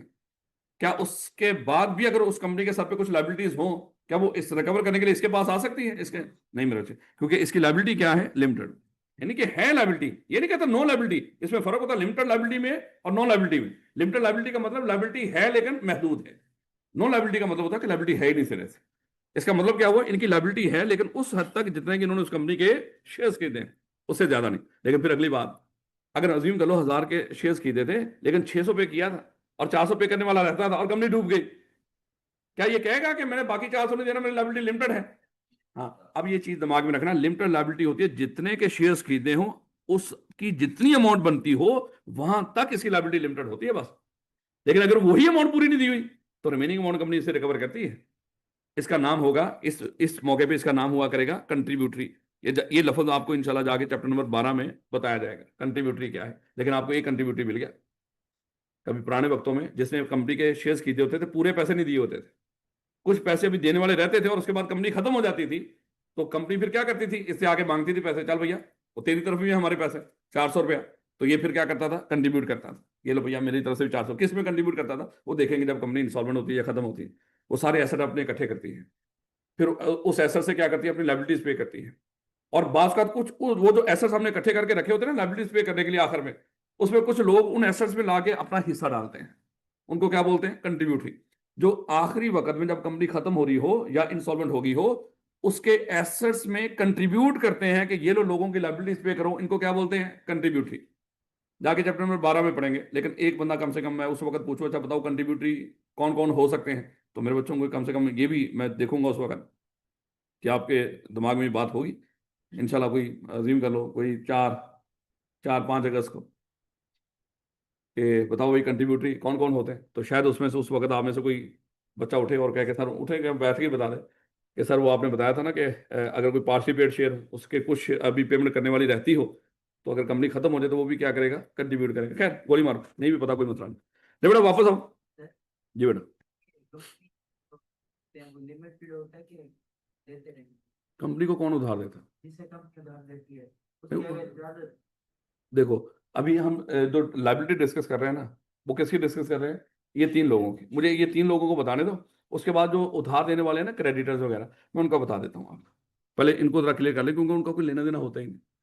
जिसने उधार दिया है, जिसने नहीं दिया, वो दे या ना दे, ज्यादा दे कम दे, उसकी मर्जी है, उसका कोई लेना देना। भी होती है देने की कि आगे उनके एसेट बचे ना हो और वो देते रहें। वो आप अज्यूम कर लो कल इंशाल्लाह आपको सीए पढ़ा रहे हैं ना, आप सीए करने के बाद सामने फैसल बैंक है ना, उसके मान लो कि वहाँ पे फाइनेंस मैनेजर बनेंगे, अज्यूम कर लो वहाँ पे बैंक जो ब्रांच मैनेजर। अब सीएफई आपके पास है, सीएफई कंपनी है, सीएफई के जो टोटल एसेट्स हैं 100 रुपए के हैं। आपके पास सीएफई ने कहा कि सर 1 करोड़ रुपया उधार दे दो, आपने कहा कि सर सिक्योरिटी दो। ऐसे थोड़ी होगा कि करोड़ रुपया उधार दे दें। वो कहते हैं ठीक है सर, कल अगर हमने आपके पैसे वापस ना किए तो ये कंपनी का सारा कुछ आपका होगा।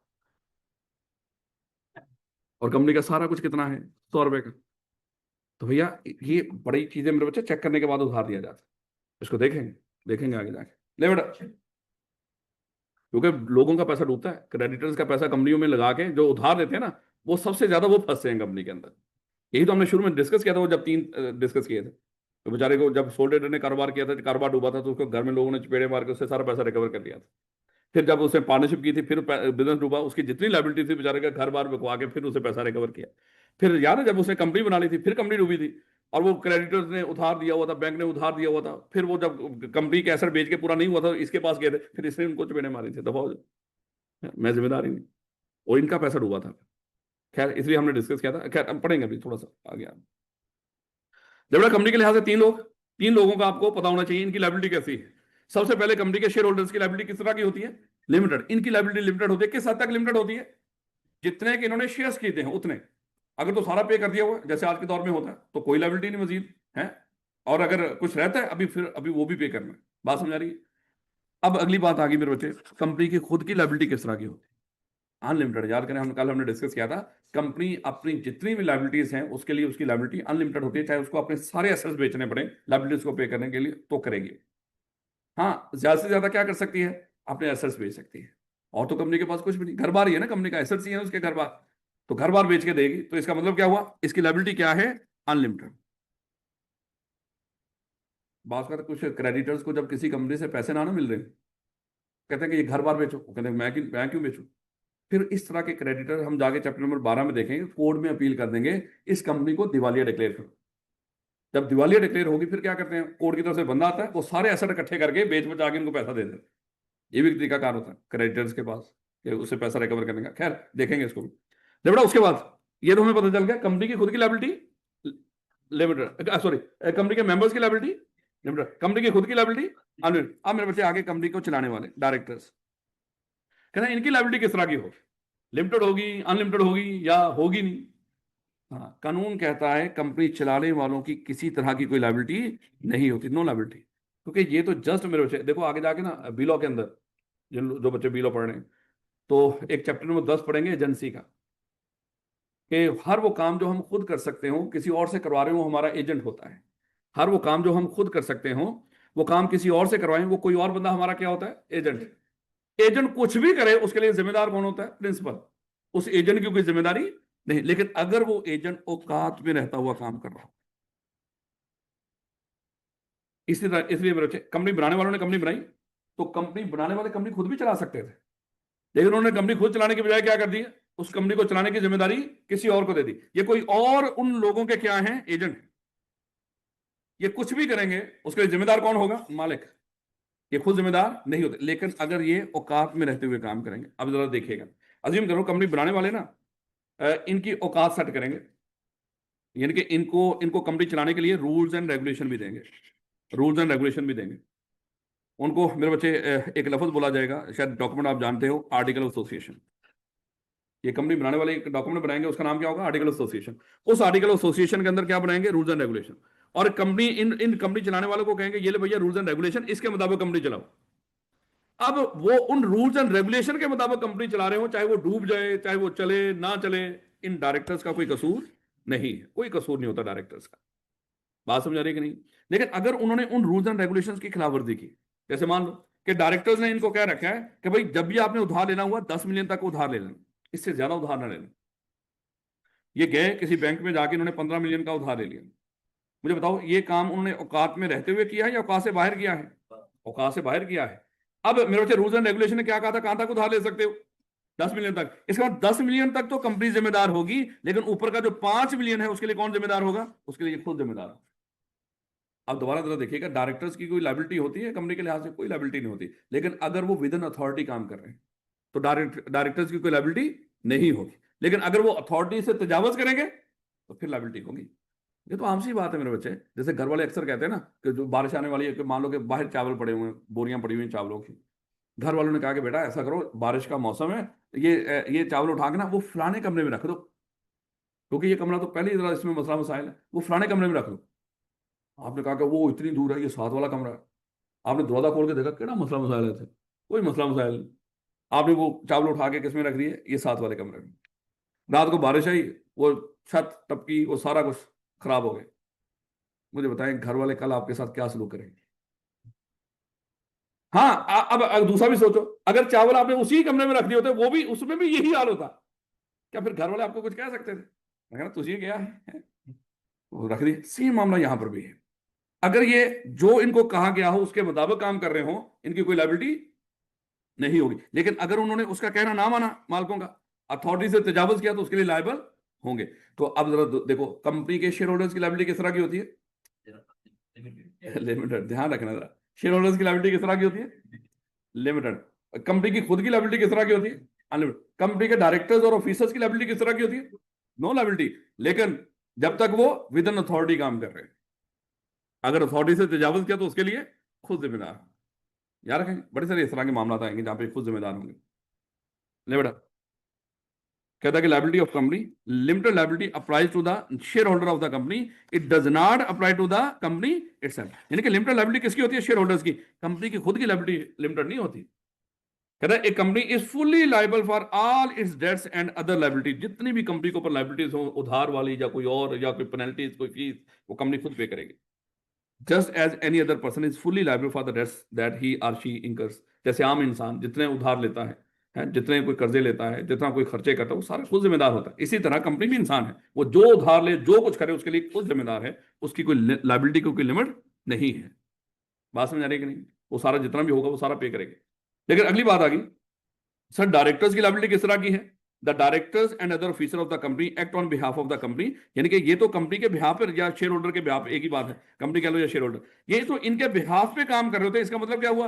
वो काम वो खुद भी कर सकते थे, कंपनी को मैनेज कर सकते थे, लेकिन उन्होंने खुद कंपनी को मैनेज करने के बजाय इनको अपॉइंट कर लिया। इसका मतलब डायरेक्टर्स कंपनी के जो मालिक हैं उनके क्या होते हैं? एजेंट्स। कहता है ये तो एजेंट है। एंड क्योंकि मैं बार बार कह रहा हूं, एजेंट कुछ भी करे, उसके लिए जिम्मेदार कौन होता है? जिसने वो एजेंट अपॉइंट किया होता है, प्रिंसिपल। जिन्होंने बी लॉ पढ़ लिया उनको तो फौरन समझ आ जाएगी, जिन्होंने नहीं पढ़ा अभी तो इंशाल्लाह वो चैप्टर 10 में जाके उनको समझ आ जाएगी। And provided that they can act with in their powers and in accordance with the law. अगर वो कानून और पावर्स के अंदर रहते हुए काम करें, यानी कि सादा अल्फाज में जो हमने उनको अख्तियारात दिए होंगे, उन अख्तियारात के अंदर रहते हुए काम कर रहे होंगे, they will not be personally liable for debts of the company. लेकिन अगर उन्होंने अपनी किसी कानून को खुद इस तरह की कोई हरकत की, याद है हमने मनी लॉन्ड्रिंग की बात की थी, हमने कहा था कि मनी लॉन्ड्रिंग अगर साबित हो जाए तो कंपनी भी जिम्मेदार है। लेकिन अगर साबित हो जाए इसमें कोई डायरेक्टर, ऑफिसर, कोई भी मुलव्वस है जिन्होंने पढ़ लिया हुआ है, तो उनको इंसानों वाली सजा होगी, पर्सनली लायबल भी हो सकते हैं ये लोग। बात समझा रही थोड़ी बहुत? तो इसलिए मेरे बच्चे को कहता है अगर तो कानूनी काम कर रहे हो, कानून के अंदर रहते हुए और पावर्स में रहते हुए, आर्टिकल्स के मुताबिक काम कर रहे हो, फिर तो आपकी कोई लायबिलिटी नहीं। लेकिन अगर कोई गैर कानूनी काम किया इन्होंने, फिर ये भी पकड़ेंगे। क्योंकि अगर मैं किसी को कहता हूं ना, ये ले पकड़, देखो अल्लाह माफ करे मैं किसी की टांगे तोड़ना चाहता हूं, लेकिन मैं कहता हूं मैं खुद तोड़ने के बजाय किसी को जिम्मेदारी दे देता हूं। अब ये कोई और कौन है? मेरा एजेंट है। और अभी हमने डिस्कस किया, एजेंट कुछ भी करेगा, जिम्मेदार कौन होगा? प्रिंसिपल। अब मुझे बताओ, अगर वो टांगे तोड़ देता है, जिम्मेदार कौन होगा? लेकिन ये गैर कानूनी काम है, वो खुद भी जिम्मेदार होगा। हैं? इसका मतलब उसको खुला छोड़ देंगे ताकि वो टांगे तोड़ता फिरे। बात समझ आ रही? जब गैर कानूनी काम होगा ना, वो खुद भी जिम्मेदार होगा। जो एजेंट होता है वहां पे कोई माफी नहीं होती। सर मैंने तो ये काम इसके कहने पे किया है, किया तो है ना? हैं? हाँ, मैं भी, वो भी। एक सेकंड मेरे बच्चे, ऐसा करेंगे।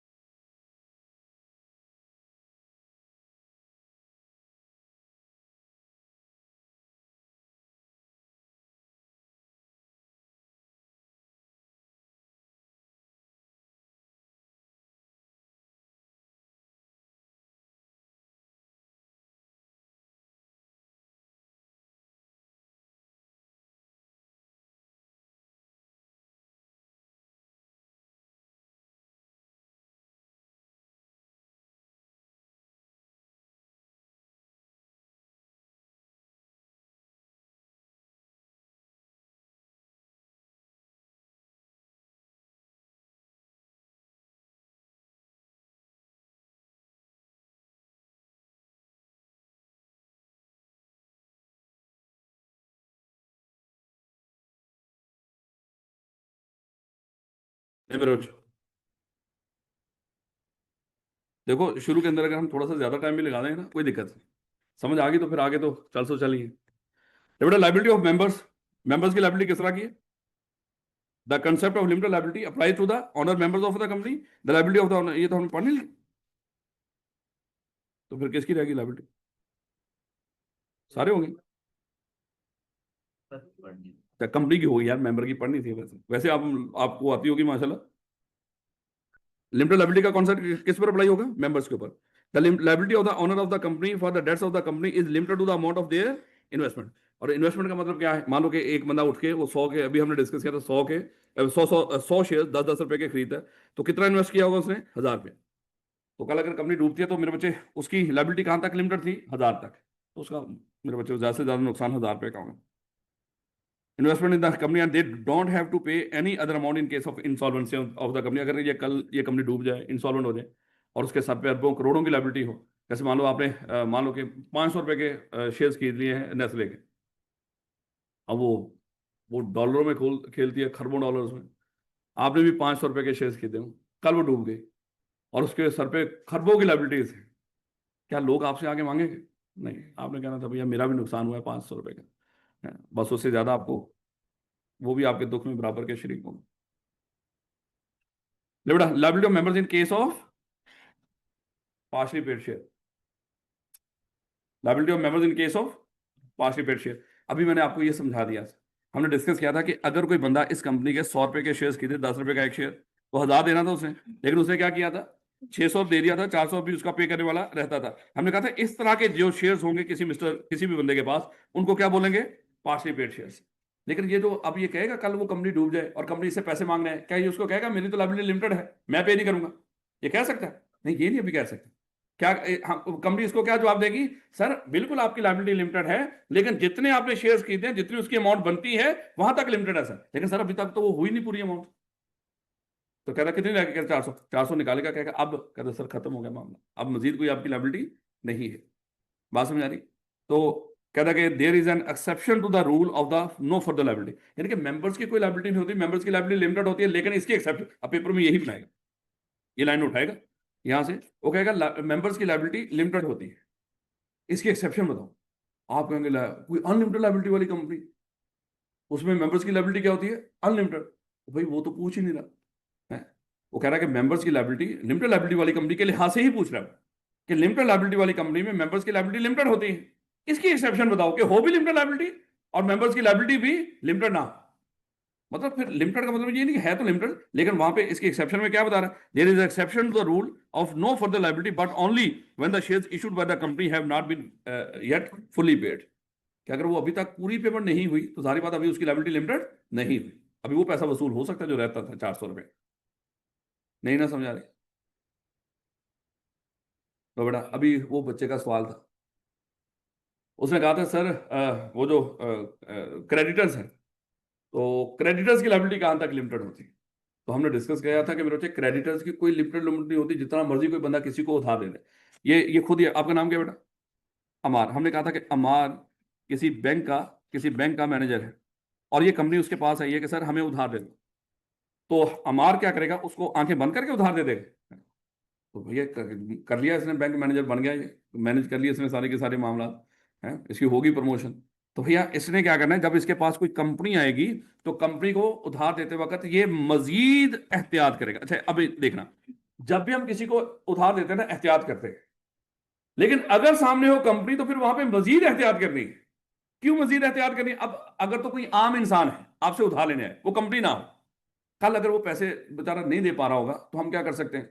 खुदा ना खासा उसका गिरेबान पकड़ के उसको घसीट सकते हैं, या जिस तरह की अभी वो जो लोन ऐप एप्लीकेशन हैं, वो जो लोन वाली एप्लीकेशन हैं, वो लोगों के साथ जो कर रही हैं, अल्लाह माफ करे, तो वो क्या करते हैं, तुझे अभी फौरन जरूरत है 2-4 हज़ार रुपये का उधार ले लो, है, लेकिन उसकी टर्म्स एंड कंडीशन अजीबो-गरीब होती है कि फौरन ही पे करने के लिए कह देते हैं, कहते हैं ले, नहीं पे किया तो ले, इतना बन गया, इतना बन गया, वो बढ़ाते जाते हैं।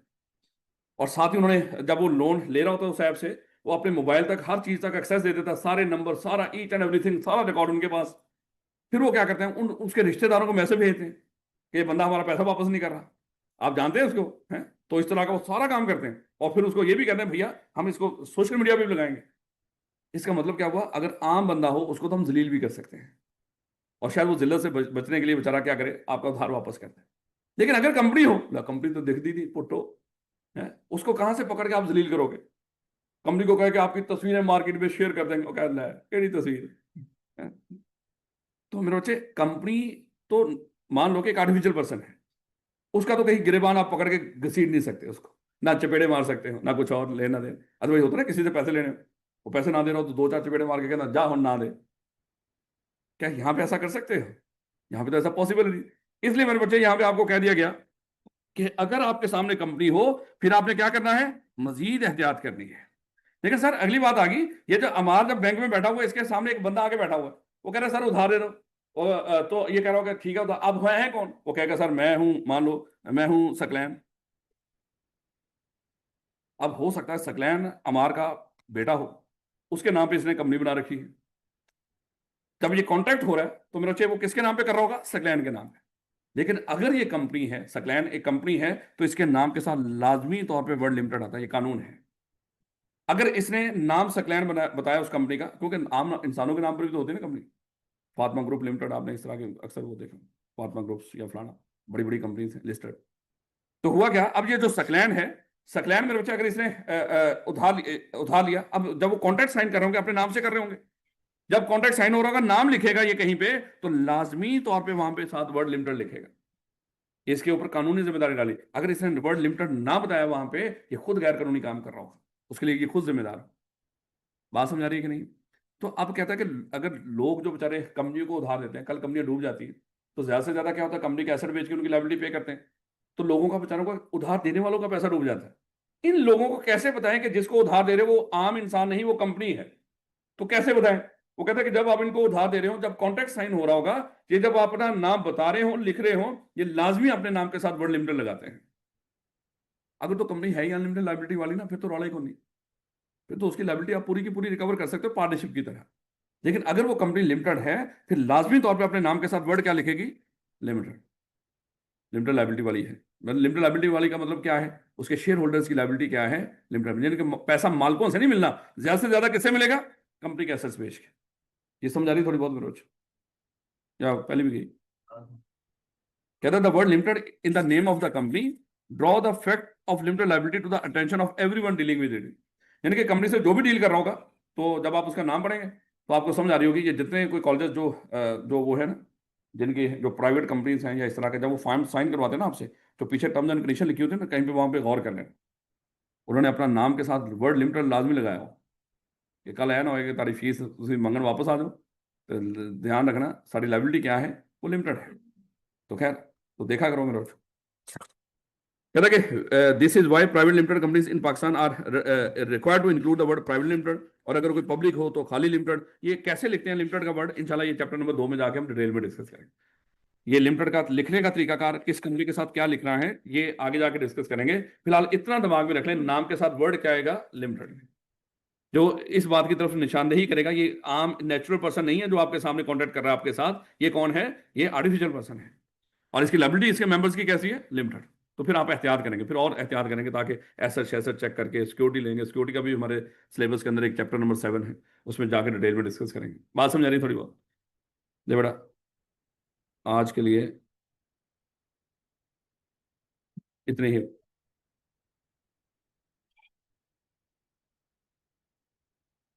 मैंने आपको बताया था कि इंशाल्लाह ये सिर्फ 5 जुलाई तक इस तरह का मामला चलेगा। उसके बाद ये हमारी क्लास 1.5 से 2.25 घंटे की हो जाएगी। कौन से पढ़ेंगे सिर्फ, वो बीच में चाहे ब्रेक भी कर लिया करना, कोई दिक्कत है?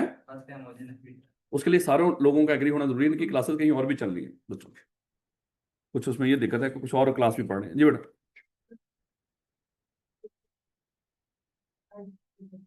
हाँ ठीक है, यही हमने डिस्कस किया था कि लाख हमारा ऑथोराइज कैपिटल था, हमने इसके 10-10 रुपए के 10,000 शेयर बना लिए।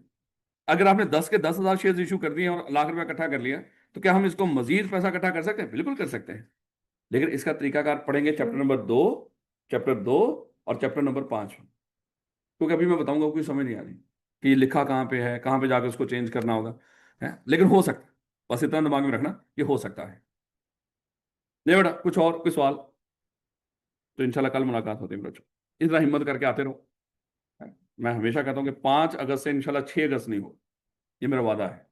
और इसी तरह रिपीट कर करके चीज़ों को तसल्ली से डिस्कस करेंगे। और मैंने कहा था कि मेरे बच्चे छुट्टी ना करना, इंशाल्लाह तैयारी करवाना क्लास में ही वो मेरी जिम्मेदारी है। बाकी